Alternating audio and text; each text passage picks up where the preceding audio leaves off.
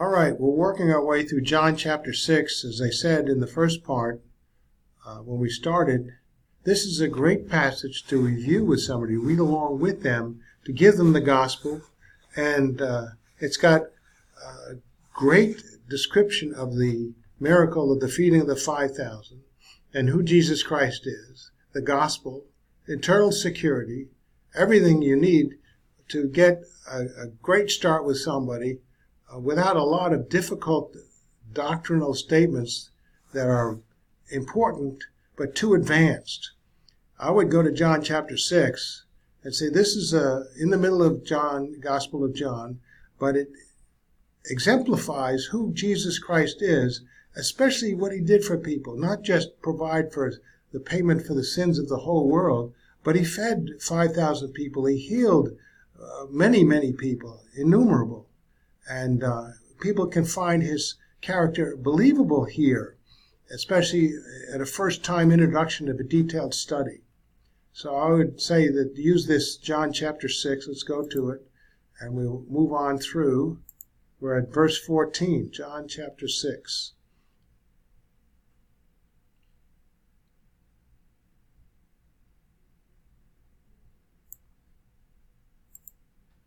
Now, what we have here is verse 14.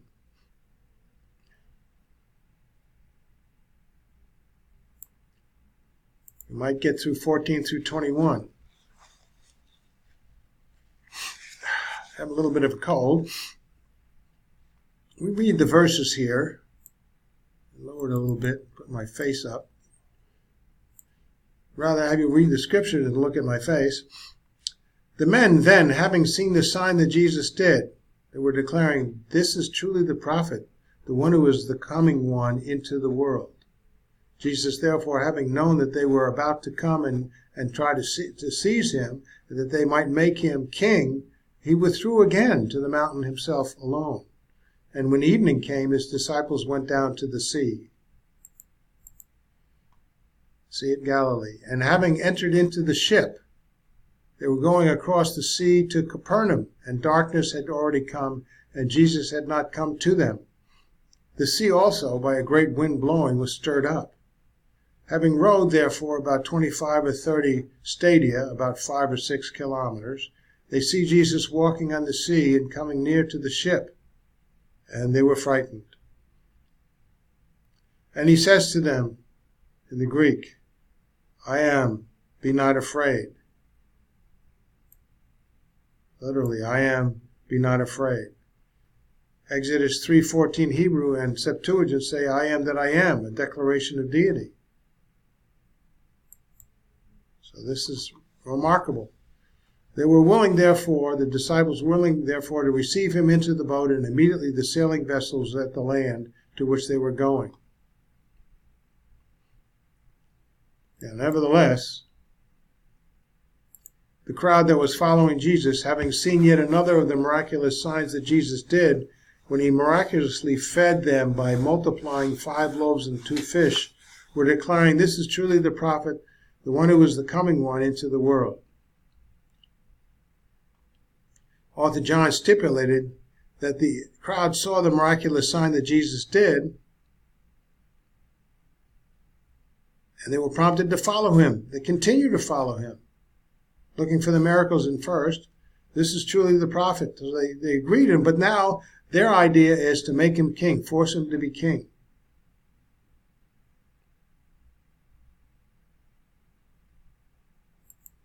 Now, if he hadn't performed the miracles, and if they had not occurred, there'd be little reason for them to believe that Jesus was the expected prophet. They weren't so concentrating on his words, but how he fed the 5,000 miraculously.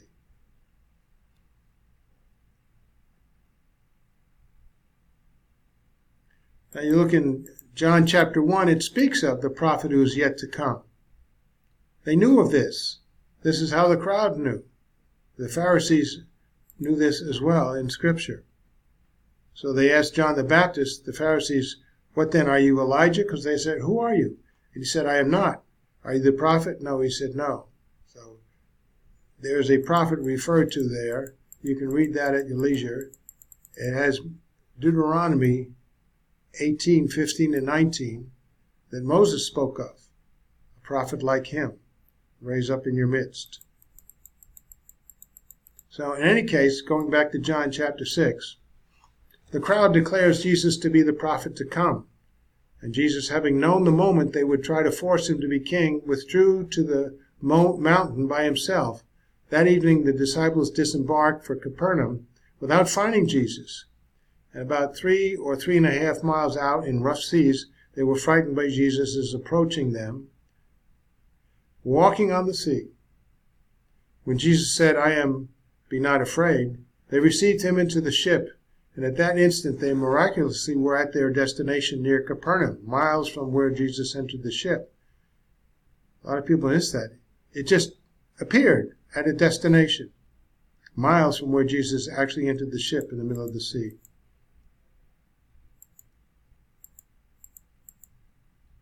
So the precise knowledge of the crowd's intent to force Jesus to be king and the exact moment they would testify they would act testifies to Jesus' omniscience, an attribute reserved for God. The crowd itself concluded by what Jesus said that the miracles that he did, that he was the prophet, this prophet that they spoke of, and he had come into the world in their time as Jesus Christ.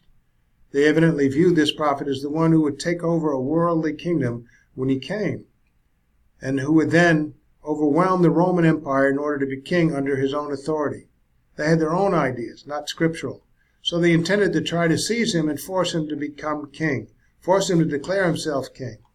On the other hand, Old Testament scripture portrays a prophet who was to come and be sacrificed for sins, and then come of his own power to be king without any help from others.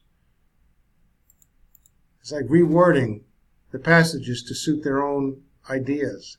So the crowd demonstrated an unbiblical point of view about Jesus as the prophet, Messiah, and King. They had not objectively and honestly read the scriptures. So when Jesus withdrew himself from the crowd, once more to the mountain by himself, he was maintaining control over his own destiny. This is a theme throughout. From this account, we may conclude that Jesus was not expecting to be king over an earthly kingdom at this time. Author John, most likely present with Jesus at that time, was evidently made aware of Jesus' motivation for withdrawing from the crowd. When the evening came, evidently the evening of that day, Jesus' disciples went down to the sea where they got into a ship and set off westward across the sea for Capernaum. They didn't find him. There was an expectation that Jesus would join them, but it was now dark and Jesus had not joined them, so they went without him.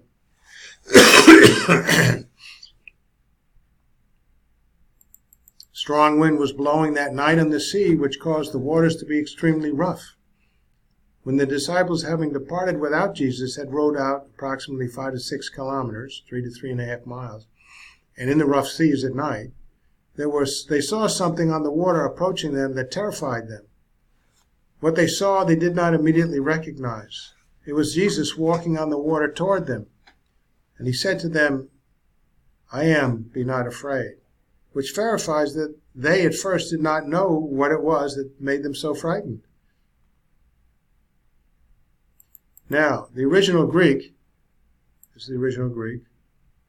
rendered walking upon the sea as opposed to walking in the sea in John 6:19 in the YLT, implies a supernatural event. This corroborated by the frightened reaction of the disciples. For someone wading in shallow water, some maintain the verse indicates, would hardly be a reason for their frightened reaction. Everybody wants to read into this. Just read from the words. The conclusion that the waters were shallow so that Jesus could wade to the sailing vessel is unwarranted for a number of reasons. The Greek word epi in John 6:19 rendered upon literally means upon or on, not in.